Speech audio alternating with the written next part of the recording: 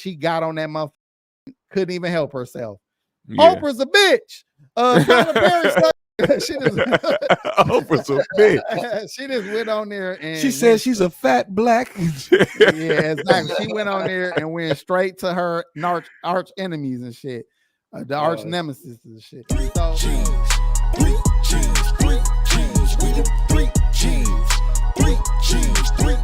So, let's finally talk about Monique again, because she was on Club Shay Shay trying to get her Cat Williams on. She basically went in for 2.5 hours about shit we already heard. Yeah. But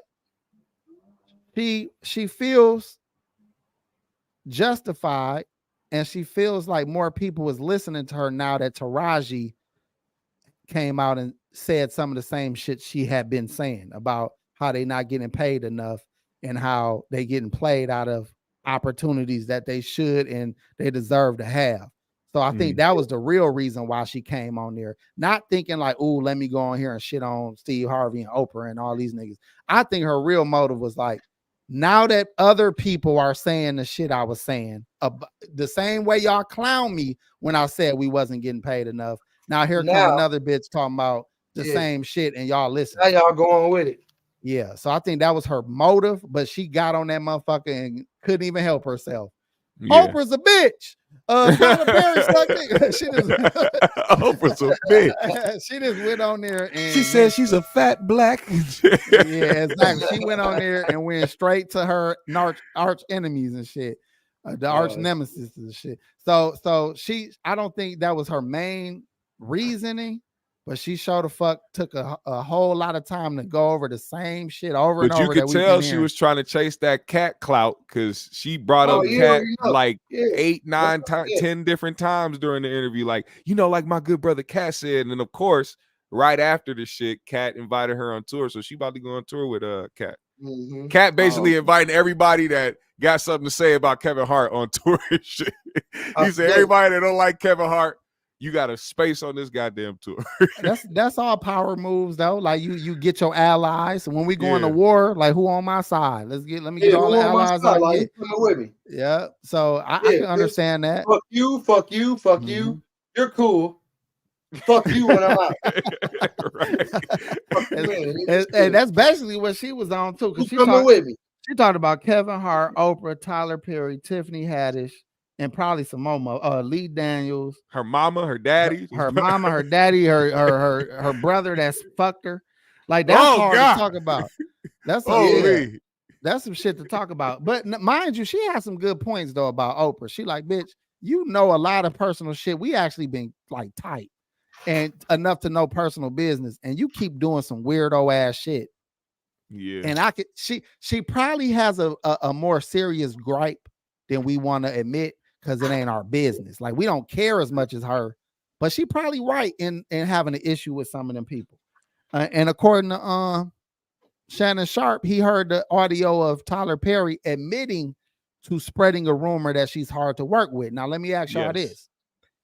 If somebody, and you got to look at these people as businesses, not just they're not just celebrities. They operate as businesses. So if someone is defaming my business with lies, costing me money, am I entitled to compensation? That's what I'm asking y'all. Yes. So if she got proof, if she got proof of Tyler Perry and admitting that he spread rumors about her being hard to work with, which cost her money and opportunities. Character. It's the same shit. Yeah, exactly. So she actually not wrong for coming at some of these people for some of the things she coming at. I think why we be annoyed with her is because I think she wants us to care a little bit more than most of us care about. Yeah. But if you really want to be real, all of the changes that's been made to further equal opportunities and shit like that for black people, it all started with a motherfucker who was tired of their own issue, and we just got behind them. But for some reason, we won't get behind her. Because when Rosa Parks was tired as fuck, he said, I ain't going nowhere, goddamn it, my feet hurt. Well, you want to know why that Taraji shit connects so well with this shit? Because she was supposed, or apparently this is what Monique said. She said she was up for the role of Cookie in Power, or not Power, Empire at the same time. And she didn't get the role because of the rumor that she was hard to work with and she was this and that, the stuff that allegedly Tyler Perry spread it. So that's why she says she missed out on so much money, because she could have played that role. Who knows how well she would have played Cookie in Empire? Who knows what she would have did after that? She can act her fucking ass off. If Yeah. y'all didn't see that most recent movie she did with the where the chick was possessed. I ain't seen that. Dog, I don't even know the name of it, dog. It's a chick that was like possessed by a spirit. Now the movie was some bullshit, like kind of threw together, but Monique in it, God she did her thing. damn. So who you think would have played a better Cookie, Monique or Taraji? Taraji did her thing, and she deserved it, and she fit better with Lucius Lyon, and it I just agree. made more sense. Yeah, I agree. But you cannot shit on Monique's abilities. She did her thing on BMF. That scene when Taraji threw her. Hey, she did her thing on BMF like a motherfucker. And act, bro. Honestly, I love Monique on the Parkers. Yeah, nigga, she a legend. Okay, so hold on. Let me ask y'all another question.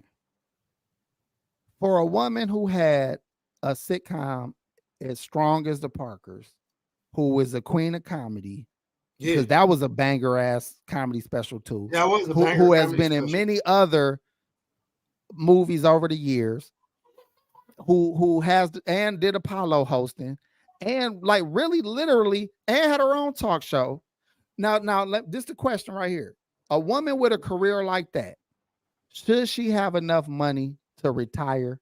Should she have like tens and millions of dollars? Like, shouldn't she be straight with a career? She could if she was a white man. So really, her argument is fair.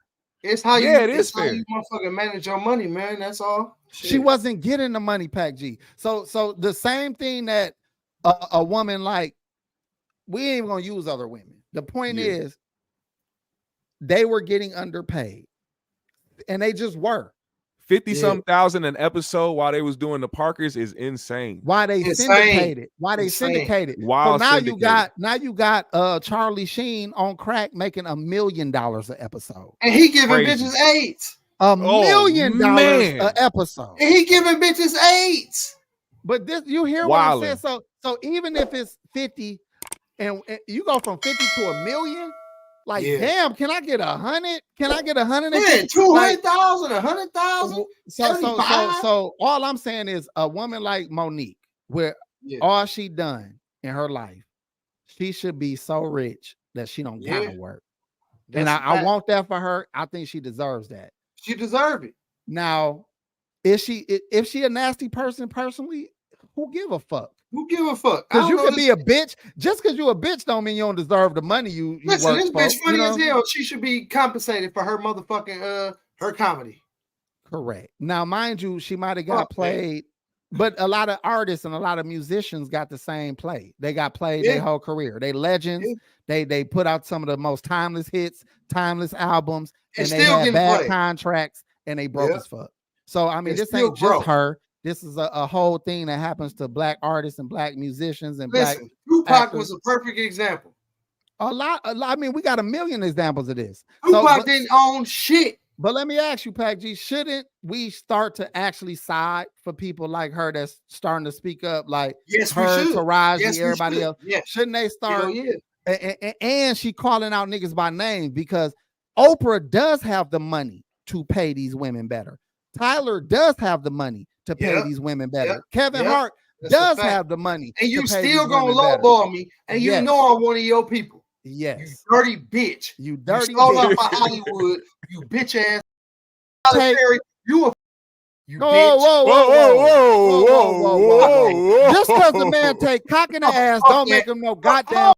No way. I never liked dude bitch ass. Ever since the plays, the Medea plays, fuck dude. I never liked none of that shit dude did. Fuck that nigga. Hey, can I tell y'all? I don't like your ass either, bitch. Now, can I tell y'all something, man? Can I tell y'all something, man? I gotta confess, man. They ain't gonna say nothing to me. They ain't gonna fight me. I just watched Alex Cross the other day, and that shit was good. I was like, damn. Fuck, dude. You see his hairline? That's not his hair. AP, that's not his hair. I know. No, I actually liked it though. I was like, no, it's not his hair. No, and I love James Patterson books. Bro, but you Alex Cross was kind of gonna have Tyler Perry do your movie? Fuck you and fuck Tyler Perry, James Patterson. Fuck you. I don't even like your books no more, bitch. I'll stop reading, ho. This nigga said, I fuck read, nigga. Fuck read. Bitch. Fuck words, nigga. I never like words anymore. Fuck letters. Oh ass nigga. I don't even like letters no more. They be too fucking long. Now nigga said, fuck the tree y'all made the book with. Words be long as a bitch for no reason. Nigga, shorten that shit up. All right, said, fuck it all. But listen though, come on, man. Let's be serious. I mean, man. what about her? What about her and this DL shit? Because you know, her and DL are basically actively going back and forth. You know what I'm saying? And DL is the one person. He right about that. I like the villain. The villain in Alex Cross made that shit good. You right. Who was the villain? It was some white dude, but he was some white dude. Listen, hey, serious. Was he bald? Hold on, wait. Bald white dude. Everybody chill. Listen. Every bald white dude plays a great villain. Listen, you goddamn right. Listen, AP, that villain in that movie, that dude deserve an Oscar. No, that shit was good. Because dog was cold. I ain't gonna lie. Dude was cold. No, I ain't saying it's the best fucking movie. I'm just saying I was pleasantly surprised watching that shit, dog. I just don't like that Tyler Perry was Alex Cross. I can't take him seriously. I'm with you. Disrespected us so hard because he was in the movie listening to Tupac like he was really Alex Cross. Bro, he was hemming. Listen, he was hemming bad guys up saying some corny ass lines and shit. This is a podcast. It's like, no, listen here, dirtbag. He was saying shit like that. I was like, oh man, who wrote this shit? But yeah, scumbag, dirtbag. It was listen. We use words like that. I happen to like it. Maybe I was bored as fuck, but it was actually all right. So look, let's go back to this shit now. DL Hughley now, because I forgot to mention, Monique went hard on DL about him being phony and fake with her and disrespecting her husband and all Called this him shit. A coward. Now let's keep it real. DL been on Vlad for years, and Vlad is asking questions about these people. So it ain't like she lying to say that DL ain't said nothing crazy. I have watched DL interviews where he's asked about Monique or asked about the Netflix shit or asked about Sydney, Monique's husband, and DL he just speaking from his heart, but he's saying some shit that a nigga should be offended by. Yeah.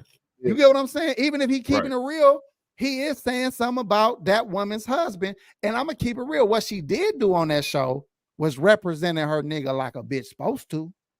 Mm-hmm. She supposed to hold it down for her nigga. Man, she holds your man. This who you fucking. This who you sleeping with every night. Guess what? You supposed to hold this nigga down. Nigga, she was worshiping that nigga in word and in spirit, nigga. And even when she was trying to give Shannon some compliments, she didn't get that nigga no physical compliments. Didn't get that nigga no like sexual compliments. She kept it gangster. She was being an example of what a bitch that really fuck what you supposed to move like. AP, hey. Guess what? Got her trained like a motherfucker, or she just got to the point that's how I'm gonna give you a perfect example. Mm-hmm. Mia X. What about her, G? She one of those. But we don't know her man though. She's still one of those. Shout out to Mia X though, man. She battling some health issues, man. I follow her, man. I fuck with her heavy, man. Yeah, but I believe that about her, but we don't know her relationship situation. No, but we do see Monique and her nigga shit live in the living color. They stay repping each other hard as a motherfucker. Now, she made some good points like, y'all wanting to talk to me without my man here. Not only is he my manager, this is my fucking husband. Mm-hmm. Yeah.